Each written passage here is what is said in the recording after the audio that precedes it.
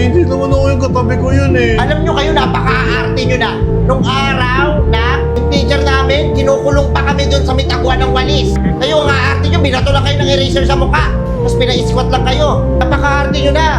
Dati, okay lang naman sa'yo, kahit may sumampal pa nga sa akin na teacher dati. Wala akong pakialam. Hindi ko sila sinusumbong sa magulang ko.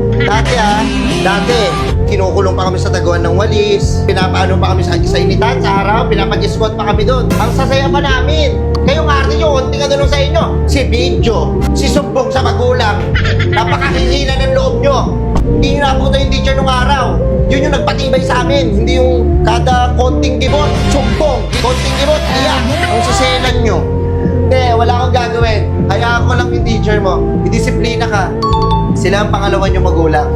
Pag didisiplina lang yun ng teacher nyo sa inyo, dahil kayo siguro mga makukulit kayo doon sa room. Mga arte nyo.